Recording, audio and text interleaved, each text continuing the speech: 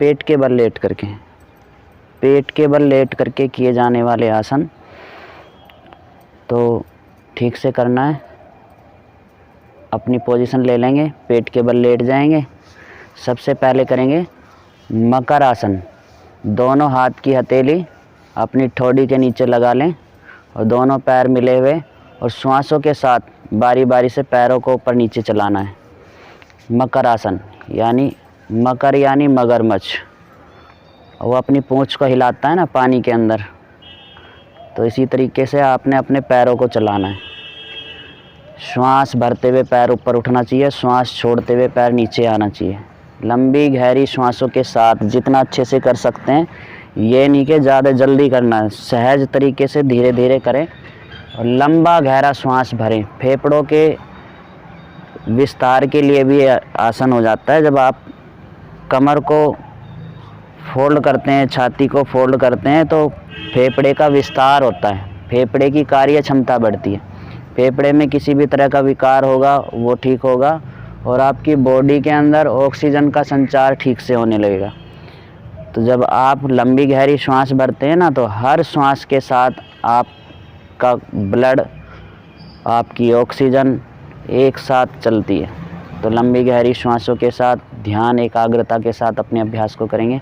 मकर आसन का दूसरा अभ्यास, दोनों पैरों को एक साथ श्वास भरते हुए उसी तरीके से जैसे एक एक पैर से करे थे, वैसे ही दोनों पैर से ठोड़ी के हाथ की हथेली जो आपने लगाई हुई है ना, उसमें कोहनी को थोड़ा और आगे की तरफ कर देंगे तो आपकी कमर और मुड़ जाएगी। कोहनी को थोड़ा और आगे बढ़ाएंगे तो कमर पे जोर पड़ेगा, और जब कमर पे जोर पड़ेगा तो आपके फेफड़ों पर भी असर होगा। तो लंबी गहरी श्वास के साथ दोनों पैरों को मोड़ करके लाएं।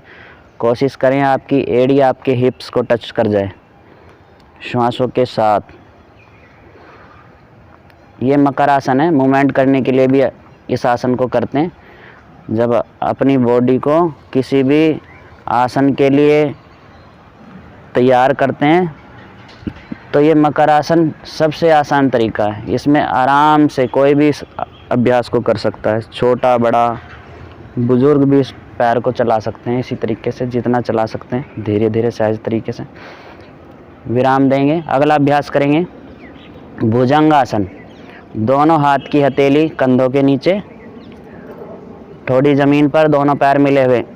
श्वास भरते हुए अपनी सिर्फ छाती तक उठना है। श्वास भरते हुए ऊपर, ये अर्ध भुजंग में आ जाता है। आधा भुजंग आसन। भुजंग का मतलब सर्प, सांप। जैसे वो अपने फन को उठाता है वैसे ही आपने अपनी गर्दन छाती वाले भाग को ऊपर उठाना है। श्वास छोड़ते हुए नीचे, एक बार फिर से श्वास भरते हुए ऊपर, श्वास छोड़ते हुए नीचे।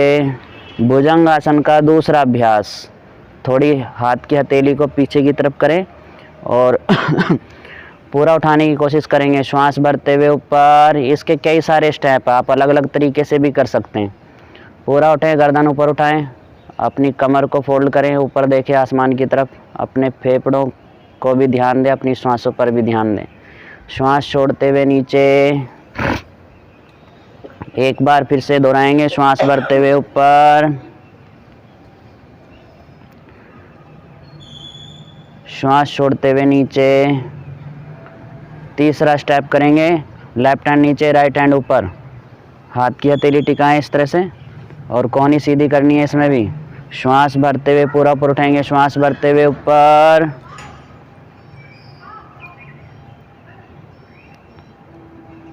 श्वास छोड़ते हुए नीचे।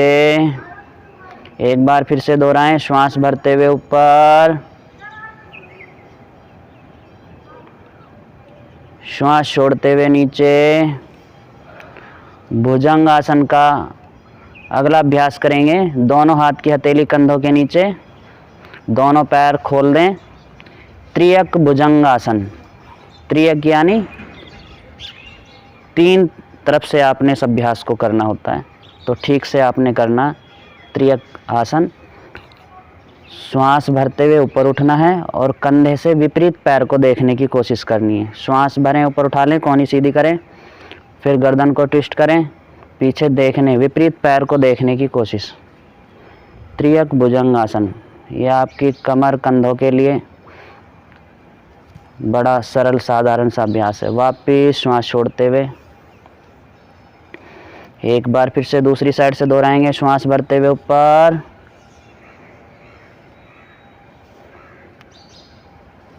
श्वास छोड़ते हुए नीचे, विराम। अगला अभ्यास करेंगे शलभासन। शलभासन के लिए दोनों पैर मिला लें, दोनों हाथ की हथेली जंघाओं के नीचे,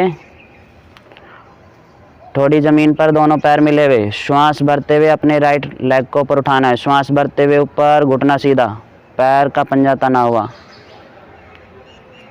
हाथ से भी सपोर्ट ले सकते हैं पैर को उठाने के लिए। वापस दूसरे पैर से श्वास भरते हुए ऊपर,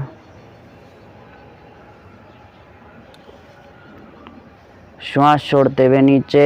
एक बार फिर से दोहराएंगे। श्वास भरते हुए ऊपर दूसरे पैर से, श्वास छोड़ते हुए नीचे, पंजे बाहर की तरफ छोटी। एक बार फिर से दूसरे पैर से श्वास भरते हुए ऊपर, वापिस। शलभासन का दूसरा अभ्यास करेंगे, दोनों पैरों को एक साथ, एड़ी पंजे मिले हुए। श्वास भरते हुए ऊपर,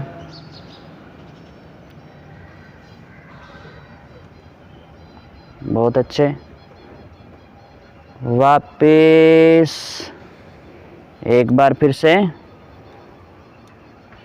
दोनों हाथ की हथेली जंघाओं के नीचे, दोनों पैर मिले हुए। शलभासन का दूसरा अभ्यास है। श्वास भरते हुए ऊपर,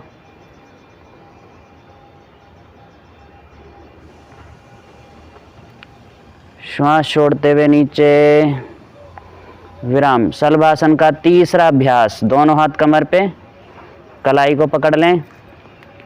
श्वास भरते हुए पैर और सिर वाले भाग को ऊपर उठाना है। करेंगे श्वास भरते हुए ऊपर,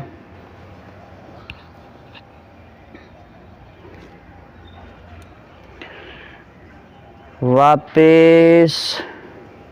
एक बार फिर से दोहराएंगे शलभासन के तीसरे अभ्यास को ही। श्वास भरते हुए ऊपर,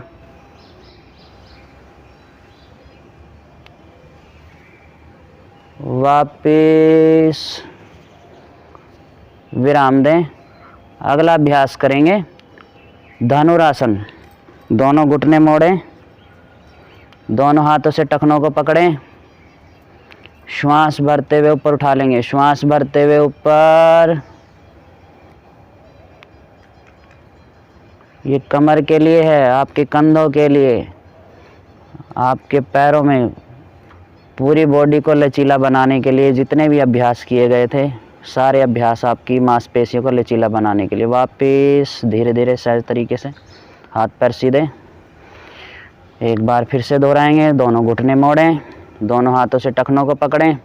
श्वास भरें, धीरे से ऊपर उठा लेंगे। श्वास भरते हुए ऊपर। जब एक एक बॉडी की मांसपेशियां लचीली हो जाएंगी ना, तो ना तो हड्डियों की प्रॉब्लम होगी, ना नसों की प्रॉब्लम होगी, किसी भी तरह का विकार होगा वो थोड़े से में टल जाएगा। वापस हाथ पैर सीधे, विराम देंगे। अगले अभ्यास करेंगे कमर के बल लेटने वाले। आज हम इतना ही करते हैं, इस वीडियो को यहीं पे विराम देंगे।